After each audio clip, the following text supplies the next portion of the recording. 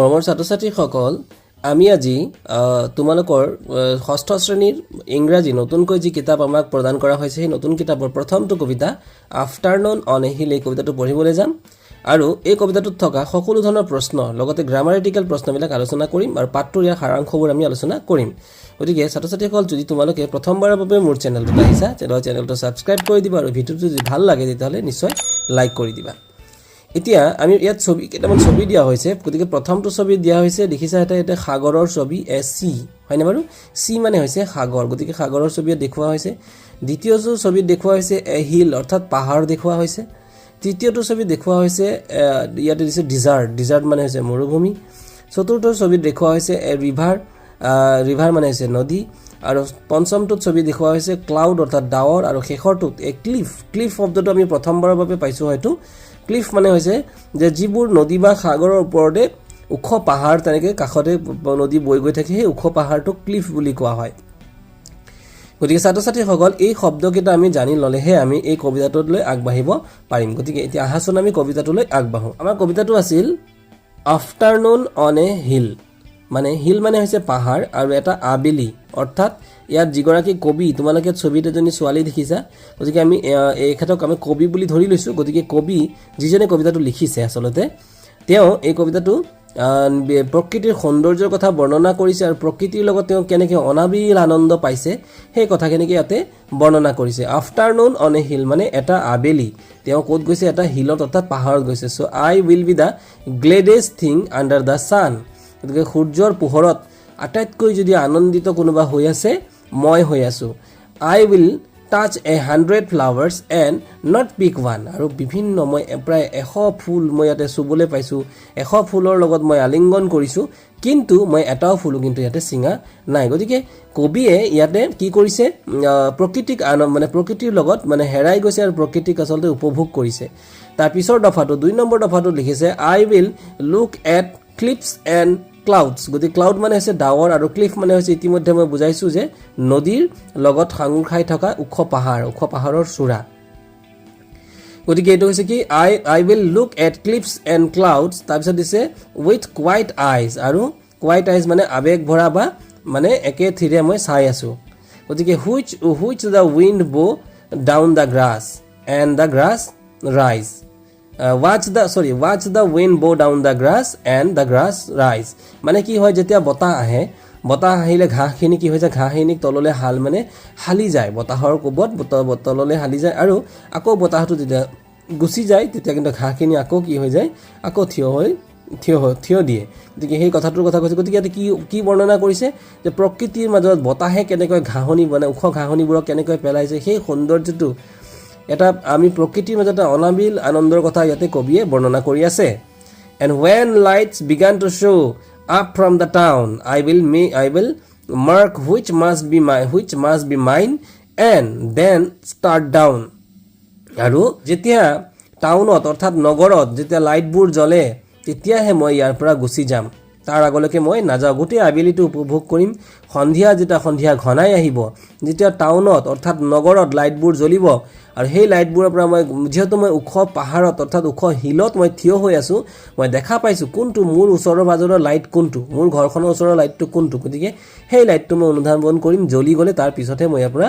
যাম গতিকে ইয়াতে বুজাব খুজিছে যে কবিয়ে প্ৰকৃতিক কিমান ভাল পাইছে আৰু মানে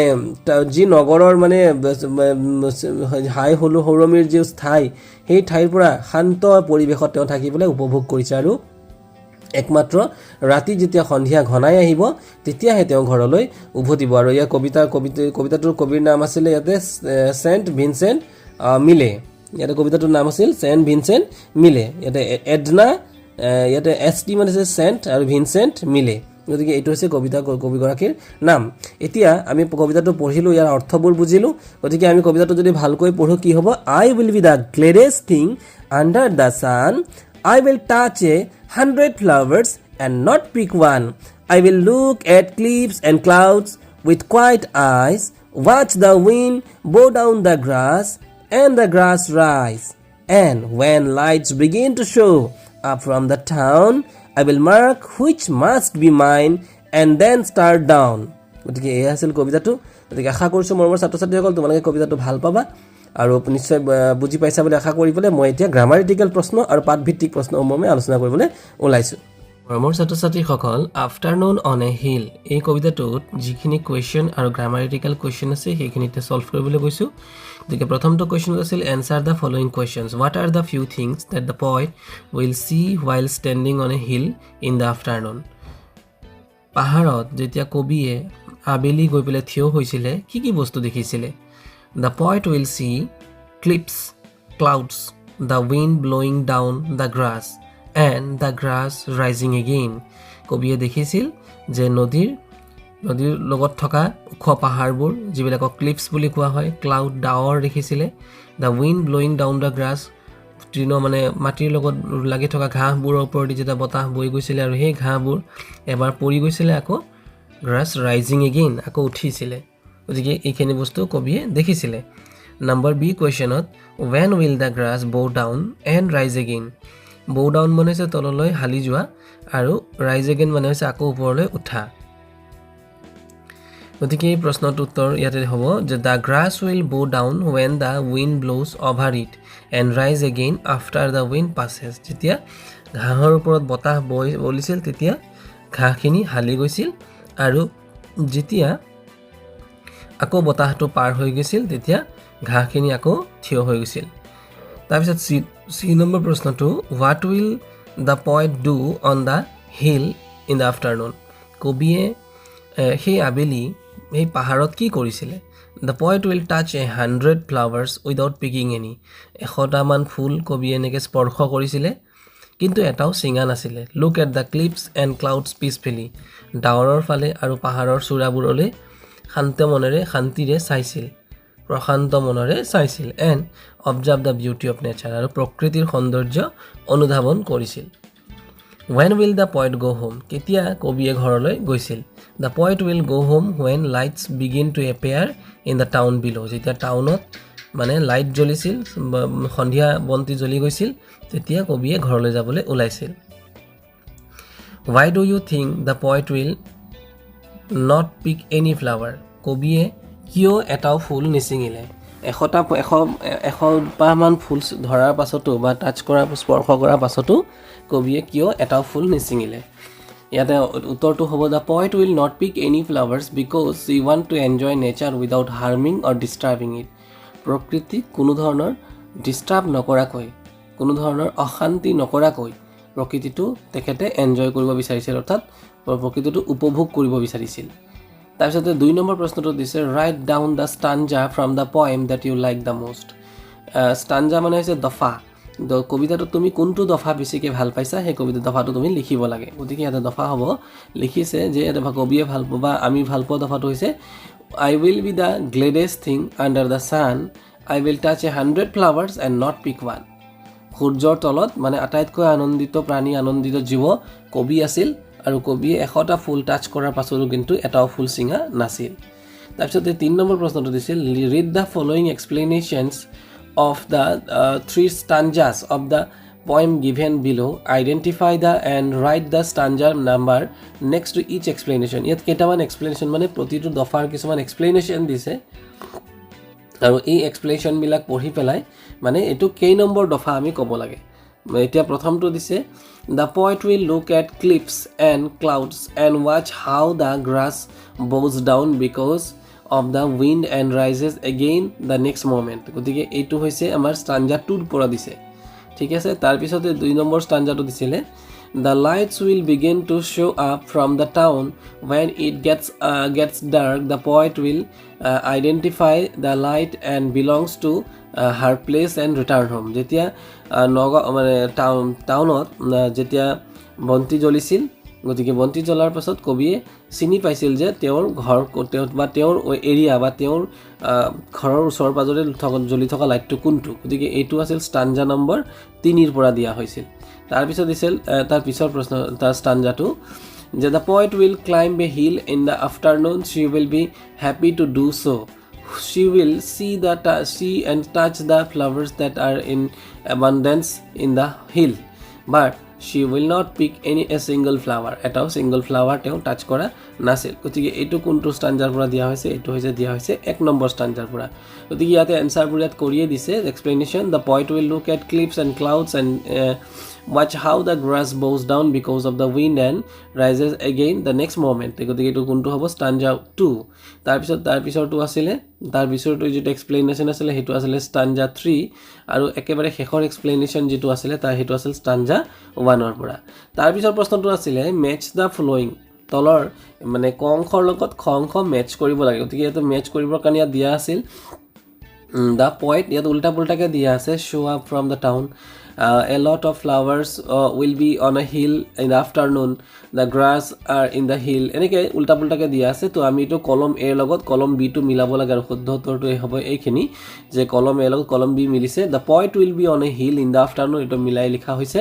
a lot of flowers are in the hill the grass bows down and rises again আৰু শেষত 4 নম্বৰ লাইনটো হ'ব lights show up from the town তাৰপিছত 5 নম্বৰটো দিছিলে discuss with your friends what you have understood from the poem and share with your class তুমি কবিতাটো পঢ়ি কি বুজি পাইছা তোমাৰ বন্ধুবৰ্গৰ লগত শেয়াৰ কৰিব দিছে তেওঁলোকক ক'বলৈ দিছে গতিকে ইয়াত লিখিছে in this group work you should discuss with your friends the central themes of the poem মানে এই যে কবিতাটো আলোচনা কৰা হৈছে তাতে সেন্ট্ৰাল থিম মানে অন্তৰ্নিহিত মানে তথ্যটো কি বা অন্তৰ্নিহিত ভাবাৰ্থটো কি এই লাইন বিলাকৰ মাজত কি কথাটো লুকাই আছে সেই কথাটো কিন্তু আমি আলোচনা কৰিব লাগে which includes the joy of being one with nature the beauty of observing nature without disturbing it and the sense of peace the poet feels while standing on the hill মানে হিলত থিয় হৈ থাকোতে কবিয়ে কেনে ধৰণৰ আনন্দ অনুভৱ কৰিছিলে you can also talk about the poet's decision not to pick any flowers representing respect for nature আৰু কবিয়ে যে প্ৰকৃতিক সন্মান জনাই এটাও যে ফুল সিঙা নাছিলে সেই কথাটো কিন্তু তোমালোকে আলোচনা কৰিব পাৰা after the discussion share your thoughts and understanding with the class আৰু তোমাৰ থট বিলাক শেয়াৰ কৰিব লাগে 6 নম্বৰ প্ৰশ্নটো দিছিলে write the rhyming word from the poem for the ones given below গতিকে run শব্দটোৰ rhyming word কি হ'ব sun আৰু one ঠিক তেনেকৈ brown হলে কি হ'ব down আৰু town আৰু skies to হ'ব rise আৰু spice মানে হৈছে মছলা নহয় জানো গতিকে এইখিনি হৈছে rhyming word 7 নম্বৰ প্ৰশ্নটো দিছিল read the following phrases from the poem তলৰ ফ্ৰেজ গিটা কবিতাৰ পৰা পঢ়িবলৈ দিছে cliffs and clouds watch the wind mark which must be mine here the poet has used a literacy device called alliteration for special effect গতিকে এইটো এটা literacy device কি ডিভাইস ইউজ কৰা হৈছে কি ভাষা ব্যৱহাৰ কৰা হৈছে ইয়াত ব্যৱহাৰ কৰা হৈছে alliteration the alliteration মানে কি alliteration is a literacy device it is repetition of consonant sounds at the beginning of two or more words মানে দুটা বা ততোধিক শব্দৰ আৰম্ভণিতে কনসনেন্ট উচ্চাৰণবোৰ উচ্চাৰিত হয় মানে কনসনেন্ট তোমালোকে পাইছা ভাৱেল আৰু কনসনেন্ট নহয় জানো ভাৱেল কোন কিটা এ ই আই ও ইউ আৰু বাকি যিখিনি আছে কনসনেন্ট বা সেমি ভাৱেল দুটা আছে বাকিখিনি কিন্তু কনসনেন্ট গতিকে now write down a few of sets of words using alliteration ব্যৱহাৰ কৰি পেলাই কেইটামান শব্দ লিখিব দিছে one is done for you এতে লিখিছে tall towers ওখ tower peaceful path silent sea bright blue wild wind ইয়াত প্ৰতিটোতে সোৱা তোমালোকে এই যে টি প্ৰথমতে কনসনেন্ট ব্যৱহাৰ হৈছে টি এটা কনসনেন্ট ভাৱেলটো নহয় পিসফুল পাথ গতিকে ইয়াত গতিকে পি এটা কনসনেন্ট দুটা কনসনেন্ট ব্যৱহাৰ হৈছে প্ৰতিটোতে কিন্তু সোৱা দুটা কনসনেন্ট ব্যৱহাৰ হৈছে সাইলেন্ট সি এস এটা কনসনেন্ট ঠিক তেনেকৈ আকৌ ইফালেও এস এটা কনসনেন্ট সাইলেন্ট সি ব্ৰাইট ব্লু ওয়াইল্ড উইন্ড তাৰপিছত আছিল 8 নম্বৰটো I will be gladest thing under the sun these two lines from the poem say that nature gives happiness to the poet প্ৰকৃতিয়ে যে কবিক আনন্দিত কৰিছে বা আনন্দ প্ৰদান কৰিছে এই কথাটোৱে এই লাইন দুটাৰ পৰা গম পোৱা গৈছে besides happiness nature gives us a lot of other things like peace আনন্দৰ বাহিৰেও আমাক কি দিয়ে peace মানে শান্তি দিয়ে calmness স্থিৰতা দিয়ে inspiration আমাক কি কৰে উৎসাহ যোগায় বিউটি সৌন্দৰ্য প্ৰদান কৰে সৌন্দৰ্য দেখুৱায় a sense of freedom মানে স্বাধীন ভাৱ এটা আমাক মনলৈ দিয়ে and তাৰপিছত দিছে কি কানেকশন টু দা এনভায়ৰনমেন্ট আৰু প্ৰকৃতিৰ লগত বা এনভায়ৰনমেন্টৰ লগত আমাক মানে কি কৰিব লাগে পৰিবেশৰ লগত আমাৰ এটা কানেকশন কৰি দিয়ে তো গতিকে ইয়াতে কোন কিটা শব্দ ইয়াত বাছিবলৈ দিছে যে আমি কি পাওঁ পিস পাওঁ কামনেস পাওঁ ইনস্পিৰেশন পাওঁ বিউটি পাওঁ ফ্ৰীডম পাওঁ connection to the environment The B number প্ৰশ্নটো দিছিলে watch the wind blow down and the grass rise The poet derives immense pleasure by looking at nature. মানে প্ৰকৃতিক চাই থাকোঁতে কবিয়ে যে অনাবিল আনন্দ লাভ কৰিছে সেই কথাটোকে ইয়াত কোৱা হৈছে। Observe nature around you, what attracts you. তোমাৰ চাৰিওফালে থকা প্ৰকৃতি তোমালোকে উপভোগ কৰি পেলাই বা চাবলৈ দিছে আৰু তোমাক কিহে এট্ৰাক্ট কৰে অৰ্থাৎ আকৰ্ষিত কৰে সেই কথাটো লিখিবলৈ দিছে। ইয়াত লিখিছে যে nature around me attracts me in many ways, বহু ধৰণে মোক এট্ৰাক্ট কৰে অৰ্থাৎ আকৰ্ষিত কৰে। Like the sounds of bird, চৰাইৰ মাত, chirping in the early morning, তেতিয়া ৰাতিপুৱা যে চৰাই মাতে আৰ্লি মৰ্ণিং খুব সোনকালে। The gentle rustling of leaves in the breeze, যেতিয়া বতাহত মানে গছৰ পাতবোৰ লৰে সেই যে শব্দটো। তাৰপিছত the vibrant flowers blooming in the garden, মানে গোন্ধযুক্ত যিবিলাক ফুল যেতিয়া গোন্ধ চাৰিওফালে বিয়পি পৰে। এণ্ড দ্য কাম ফ্ল' অফ নিয়াৰ বাই ৰিভাৰ, আৰু খুব কুলু কুলুকৈ বৈ যোৱা নদীৰ শব্দ। I am also' drawn to the beauty of the sky at sunset, আৰু যেতিয়া বেলি ডুবিবলৈ লয় তেতিয়া ছানছেট মানে আকাশৰ ফালে যিটো সৌন্দৰ্য, বিভিন্ন কালাৰ, বিভিন্ন বৰণৰ কালাৰ আমি দেখা পাওঁ। With its orange and pink hues, হয়নে বাৰু? হিউজ বুলি কৈছে অৰেঞ্জ আৰু পিংক, মানে কমলা মানে সমথিয়া আৰু গোলপীয়া যিটো hues. And the peacefulness that fills the atmosphere, আৰু এটমস্ফিয়াৰত মানে বাতাবৰণত, এটমস্ফিয়াৰ মানে হৈছে বাতাবৰণ, বাতাবৰণত আমি যি পিচফুলনেছ, যি শান্তি পাওঁ, গতিকে সেই কথাবোৰ ইয়াতে মেনশ্যন কৰা হৈছে। তাৰপিছত দিছে look at the picture and write a description about it, you can use the ideas given in the box. গতিকে বক্সত কিছুমান আইডিয়াও দিয়া হৈছে, এই ছবিটো চাবলৈ দিছে। গতিকে ছবিটো তোমালোকে চোৱাচোন, ল'ৰাজনে কি কৰিছে দেখিছে, প্ৰকৃতিৰ সৌন্দৰ্য এটা উপভোগ কৰি আছে, বিভিন্ন ধৰণৰ ফুল ফুলি আছে, চৰাই বহি আছে, নহয় জানো? গছ গছনি, তাৰপিছতে জুৰি এটা বৈ আছে, পাহাৰ আকৌ বেলি ডুবিবলৈ লৈছে। তো ইয়াৰ বিষয়ে কেইটামান শব্দও ইয়াত দিয়া হৈ আছে। শব্দকেইটা কি কি? ইয়াত দিছে বিউটিফুল ছানৰাইজ, তাৰপিছত দিছে কি ব্ৰাইট ছানি মৰ্ণিং, তাৰপিছত দিছে vibrant colours, beauty of nature, breathing view, কি breathtaking view, nature its best,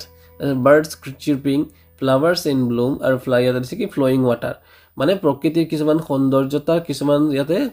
কিছুমান মানে নিৰ্দিষ্ট সময়ৰ কথা বা নিৰ্দিষ্ট ঘটনাৰ কথা ইয়াতে উল্লেখ কৰিছে, যেনে নদী বৈ যোৱা কথা কৈছে, সূৰ্য উদয় হোৱা, সূৰ্য অস্ত যোৱা,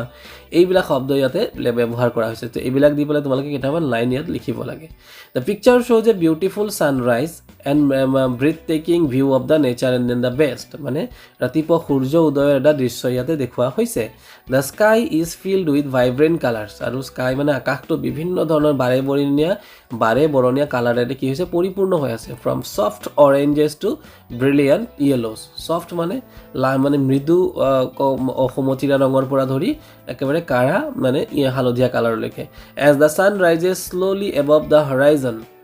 মানে সূৰ্য যিহেতু উদয় হৈছে। The air is crisp and fresh, মানে বতাহ কেনেকুৱা নিৰ্মল। With birds chirping in the distance, আৰু ওচৰতে কি হৈছে চৰায়ে মাতি আছে, চৰাইৰ কলৰৱ শুনা গৈছে।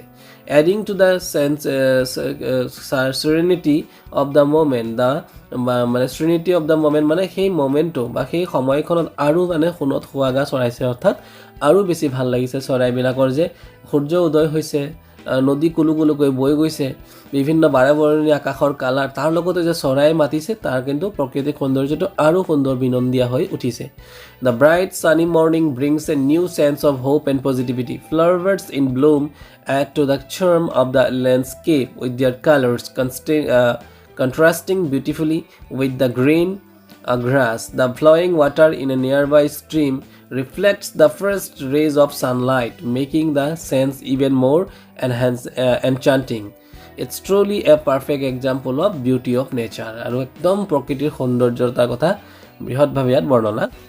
গতিকে মৰমৰ ছাত্ৰ ছাত্ৰীসকল, তোমালোকে প্ৰশ্নবোৰ ইয়াতে পজ কৰি পেলাই ভিডিঅ'টো তোমালোকে লিখি ল'বা, আৰু আশা কৰিছোঁ তোমালোকে প্ৰতিটো প্ৰশ্ন ইয়াত বুজাই যাম, তোমালোকে বুজি পাবা বুলি আশা ৰাখিছোঁ। আৰু যদি তোমালোকে ভিডিঅ'টো ভাল পোৱা নিশ্চয় লাইক আৰু শ্বেয়াৰ কৰিবলৈ নাপাহৰিবা, আৰু নিশ্চয় মোক যদি তোমালোকৰ মাজত কিবা থাকে মোক কমেণ্ট কৰি জনাবা। 10 নম্বৰ প্ৰশ্নটো দিছিল find words related to nature in the grid and circle them, one is done for you. Words related to nature in the grid মানে প্ৰকৃতিৰ লগত জড়িত কিছুমান শব্দ লিখিছে, যেনে এটা ধৰা ইয়াতে ৰাউণ্ড কৰি দেখুৱাই দিছে CLOUD ক্লাউড। ইয়াতে যদি আমি বিচাৰি পাওঁ তেতিয়াহ'লে আমি মানে তলৰ পৰা যদি 3 নম্বৰ যিটো অনুভূমিক লাইন তাতে দেখা পাবা SUN, চোৱা 3 নম্বৰ তলৰ ফালে আছে SUN ছান। তো এনেকৈ প্ৰকৃতিৰ কিছুমান শব্দ ইয়াত আছে, এই শব্দবোৰ আমি ইয়াৰ পৰা উলিয়াই লিখিব লাগে। আৰু এই শব্দবোৰ হৈছে উইণ্ড, WIND, গ্ৰাছ গ্ৰাছ মানে হৈছে ঘাঁহ তাৰপিছত হৈছে ট্ৰী গছ ইয়াৰ এই মানে শব্দজালটোৰ পৰাই কিন্তু এই শব্দবোৰ বিচাৰি উলিয়াব পৰা যাব তাৰপিছত আছে ছান তাৰপিছত আছে ৱাটাৰ গতিকে এতিয়া নাও মেক চেণ্টেন্সেছ ইউজিং ইচ ৱৰ্ড আৰু প্ৰতিটো শব্দৰ দ্বাৰা এটা কি কৰিব লাগে তাতে আমি বাক্য ৰচনা কৰিব লাগে দ্য উইণ্ড উইণ্ড মানে হৈছে বতাহ the wind gently blew through the trees making the leaves rustle softly তাৰপিছত আছে গ্ৰাছ দ্বিতীয়তে আছে grass the children run barefoot on the soft green grass in the park পাৰ্কত মানে সৰু শিশু ল'ৰা ছোৱালীবিলাকে তাতে ঘাঁহনিত খোজকাঢ়ি আছে তাৰপিছত আছে tree the tree provided shed during the hot summer afternoon গৰমৰ আবেলি গছে আমাক কি দিয়ে ছাঁ দিয়ে তাৰপিছত আছে sun the sun rose early this morning casting a golden glow' over the hills আৰু সোণালী বৰণৰ এটা গ্ল' উজ্জ্বলতা মানে দেখা গৈছে পাহাৰত গতিকে আজি সূৰ্যটো অলপ সোনকালে উদয় হোৱা বুলি কৈছে তাৰপিছত আছে water the river water flowed smoothly reflecting the blue sky above আৰু নদীৰ পানী কি হৈছে বৈ গৈ আছে আৰু আকাশৰ নীলা ছবিটো ইয়াতে ৰিফ্লেক্ট হৈছে 11 নম্বৰ প্ৰশ্নটো দিছিল in group discuss with your friends how you can take care of nature you can use the ideas given in the card যে কাৰ্ডত কেইটামান আইডিয়া দিয়া হৈছে এই কাৰ্ডৰ আইডিয়াবিলাক চাই পেলাই তোমালোকে ক'ব লাগে ইয়াতে ধৰা দিছে প্লেণ্টিং এণ্ড নাৰ্চাৰিং ট্ৰিজ গছ পুলি ৰোৱা আৰু পৰিপালন কৰা বা যতন কৰা তাৰপিছত দিছে ডিছপ'জিং গ্ৰেবেজ ইন বিনছ মানে বিনছ মানে হৈছে যিটো আমাৰ পেলনীয়া জাবৰ জোঁথৰ পেলনীয়া আমাৰ ডাষ্টবিন সেই বিনটোকে কোৱা হৈছে আৰু তাতে ডিছপ'জ কৰি দিয়া মানে যিখিনি আমাৰ গ্ৰেবেজ বা পেলনীয়া বস্তু সামগ্ৰী তাৰপিছত দিছে প্ৰিজাৰ্ভিং ৱাটাৰ মানে পানী সংগ্ৰহ কৰা তাৰপিছত দিছে switching off this lights while going to the room যেতিয়া মানে বাহিৰ ৰুমৰ পৰা আমি ওলাই গুচি যাওঁ সদায় মানে ৰুমৰ লাইট অফ কৰি যাব লাগে ৱাকিং to nearby places instead of using a vehicle আৰু গাড়ী ব্যৱহাৰ নকৰি পেলাই ওচৰ চুবুৰীয়া ঠাই হ'লে খোজকাঢ়িয়ে যাব লাগে গতিকে এই বস্তুকেইটা এটা হিণ্টছ দিছে এই হিণ্টছকেইটা ব্যৱহাৰ কৰি আমি কেইটামান বাক্য লিখিব লাগে তো ইয়াতে লিখিছে to take care of nature we can start by planting and nurturing trees to increase greenery and reduce pollution মানে প্ৰদূষণ কমাবৰ কাৰণে আমি কি কৰিব লাগে গছ গছনি লগাব লাগে আৰু গছ গছনিৰ যতন ল'ব লাগে we should also' focus on preserving water আৰু আমি পানীও কি কৰিব লাগে সংৰক্ষণৰ ব্যৱস্থা কৰিব লাগে বাই ইউজিং ইট ৱাইজলি এণ্ড এভইডিং ৱেষ্টেজ যাতে ৱেষ্টেজ মানে হৈছে নষ্ট কৰা বা মানে অনিষ্ট সাধন কৰা বা মানে অভাৱত নষ্ট কৰা গতিকে এইটো ৱেষ্টেজ বুলি কয় it's important to dispose of garbage in proper bins আৰু প্ৰপাৰ বিন মানে ধৰি লওক প্লাষ্টিক আমি ক'ত পেলাম সেউজীয়া শাক পাচলিৰ বাকলি আমি ক'ত পেলাম নিৰ্দিষ্ট এটা বিনত মানে আমি ব্যৱহাৰ কৰিব লাগে to prevent littering and pollution in the environment. Another simple yet effective way to contribute is by switching off the lights আৰু লাইট কি কৰিব লাগে আমি সুইচ অফ কৰিব লাগে লাইটৰ when not in the use যেতিয়া ইউজ নহয় আমি কি কৰিব লাগে সুইচ অফ কৰি দিব লাগে তাৰপিছত ইয়াত দিছে কি কনজাৰ্ভিং এনাৰ্জি আৰু এনাৰ্জি মানে লাইট এনাৰ্জিৰ কথা কৈছে আমি সংৰক্ষণ কৰিব পাৰোঁ তেনেকৈ যে প্ৰয়োজনত আমি লাইটৰ সুইচ ব্যৱহাৰ কৰিম যেতিয়া শেষ হ'ব আমি অফ কৰি দিম আৰু lastly instead of using vehicles we can start ৱাকিং টু নিয়াৰ বাই প্লেচেছ যদি গাড়ী মটৰ ব্যৱহাৰ নকৰি পেলাই ওচৰ চুবুৰীয়া ঠাই হ'লে আমি খোজকাঢ়িও যাব পাৰোঁ which will help reduce carbon emissions and contribute to এ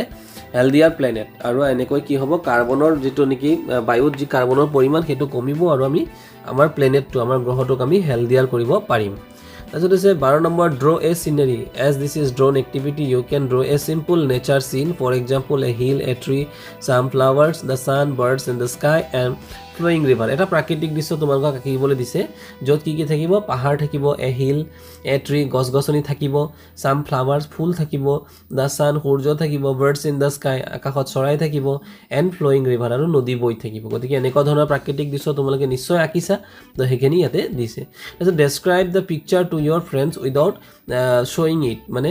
এই ছবিবিলাক তোমালোকক দিয়া হৈছে ইয়াতে উইডিং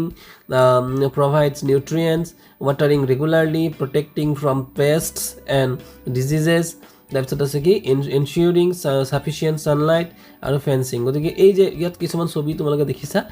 এই ছবিবোৰত কি যত্ন কৰিছে উদ্ভিদৰ বাবে কি যত্ন কৰিছে আমি সেইবোৰ যত্নবোৰ কেনেকৈ ল'ম আমি সেইবোৰৰ বিষয়ে লিখিব লাগে তো ইয়াতে লিখিছে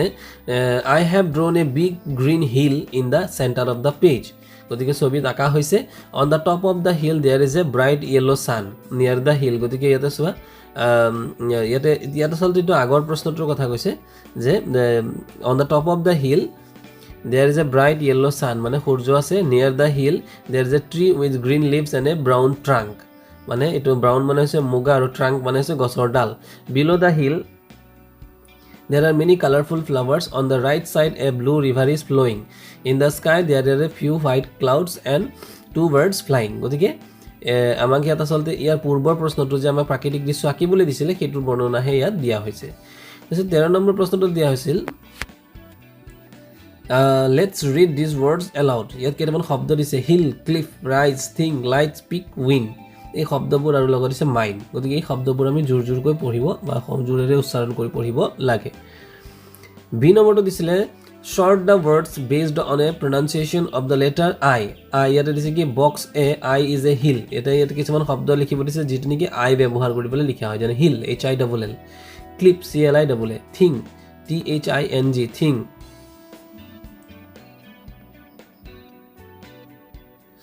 তাৰপিছত আছে pick p i c k pick wind w i n d wind ইয়াত গোটেই কেইটাতে কি হৈছে I শব্দটো ব্যৱহাৰ হৈছে তাৰপিছত দিছে কি box B I as in rise গতিকে ইয়াতে কি দিছে কি ৰাইজৰ দিছে r i s e rise তাৰপিছত লাইটস মাইন উইন্ড ইয়াটাইবোৰতে I শব্দটো ব্যৱহাৰ হৈছে